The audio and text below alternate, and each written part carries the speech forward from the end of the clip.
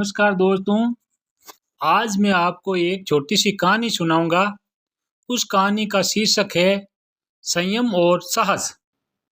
बहुत दिन पहले किसी गांव में एक नाई रहता था। वह बहुत आलसी था। सारा दिन वह आईने के सामने बैठा टूटे कंघे से बाल संवारते हुए गंवा देता। उसकी बूढ़ी माँ उसके आलसीपन के लिए दिन रात फटकारती थी, लेकिन उसके कानों पर जूं भी नहीं रेंगती थी। आखिरकार एक दिन माँ ने गुस्से में उसकी पिटाई कर दी। जवान बेटे ने खुद को बहुत अपमानित महसूस किया और घर छोड़कर चला गया। उसने कसम खाई कि जब तक कुछ धन जमा नहीं कर लेगा वह घर नहीं लौटेगा। चलते चलते वह जंगल में पहुंचा। उसे कोई काम तो आता नहीं था, इसलिए अब वो भगवान को मनाने बैठ गया। अभी वे प्रार्थना के लिए बैठता, उससे पहले ही उसका एक ब्रह्म राक्षस से सामना हो गया। ब्रह्म राक्षस नाई को देखकर खुश हुआ और खुशी मनाने के लिए नाचने लगा। यह देख नाई के होश उड़ गए। वे अपने डर को जाहिर नहीं होने दिया। उसने साहस बटोरा और राक्षस के साथ नाचने लगा। कुछ देर बाद उसने राक्षस से पूछा, तुम क्यों नाच रहे हो? तुम्हें किस बात की खुशी है? राक्षस हंसते हुए बोला, मैं तुम्हारे सवाल का इंतजार कर रहा था। तुम तो नीरे उल्लू हो। तुम समझ नहीं पाओगे। मैं इसीलिए नाच रहा हूँ कि मुझे तुम्हारा नरम नरम मांस खाने को मिलेगा। वैसे तुम क्यों नाच रहे हो? नाई ने ठहाका लगाते हुए कहा, मेरे पास इससे भी बढ़िया कारण है। हमारा राजकुमार सख्त बीमार है।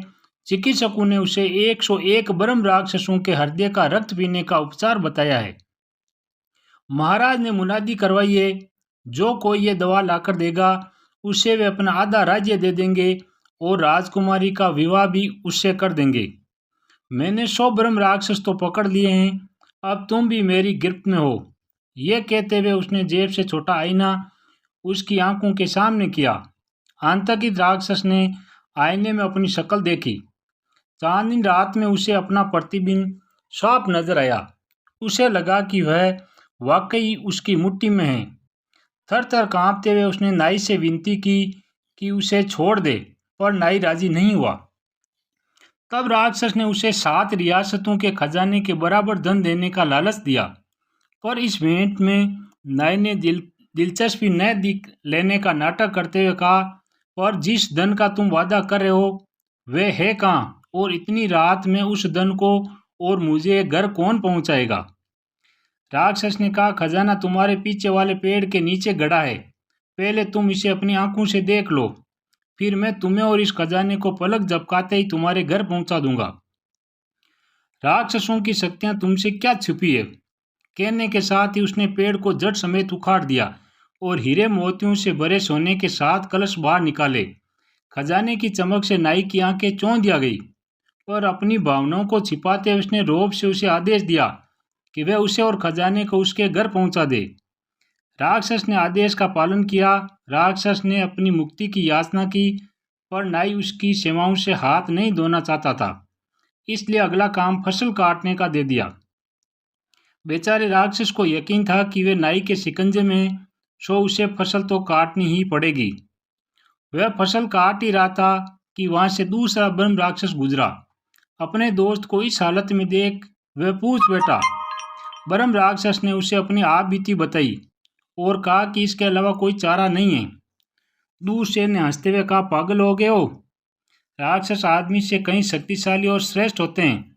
तुम उस आदमी का घर मुझे दिखा सकते हो? हाँ, दिखा दूंगा, पर दूर से। धान की कटाई पूरी किए बिना उसके पास जाने की मेरी हिम्मत नहीं है। यह कहकर उसने नाई का घर दूर से दिखा दिया। वहीं अपनी कामयाबी के लिए नाई ने भोज का आयोजन किया और एक बड़ी मछली भी लेकर आया, लेकिन एक बिल्ली टूटी खिड़की से रसोई में आकर ज्यादा मछली खा गई। गुस्से में नाई की बीबी बिल्ली को मारने के लिए झपटी, पर बिल्ली भाग गई। उसने सोचा बिल्ली इसी रास्ते से वापस आएगी, सो वह मछली काटने की छुरी थामे खिड़की के पास खड़ी हो गई। उधर दूसरा राक्षस दबे पांव नाई के घर की ओर बढ़ा। उसी टूटी हुई खिड़की से वह घुसा। बिल्ली की ताक में खड़ी नाई ने तेजी से चाकू का वार किया। निशाना सही नहीं बैठा, पर राक्षस की लंबी नाक आगे से कट गई। दर्द से कराते हुए भाग खड़ा हुआ और शर्म के मारे अपने दोस्त के पास वो गया भी नहीं। पहले राक्षस ने धीरज के साथ पूरी फसल काटी और अपनी मुक्ति के लिए नाई के पास गया। धूर्त नाई ने इस बार उल्टा शीशा दिखाया।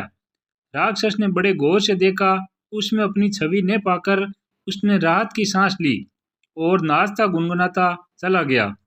इस कहानी से हमें यह शिक्षा मिलती है कि धैर्य और संयम से बड़ी मुसीबतें भी आसानी से टल जाती है। साहस से बड़ी कोई शक्ति नहीं होती।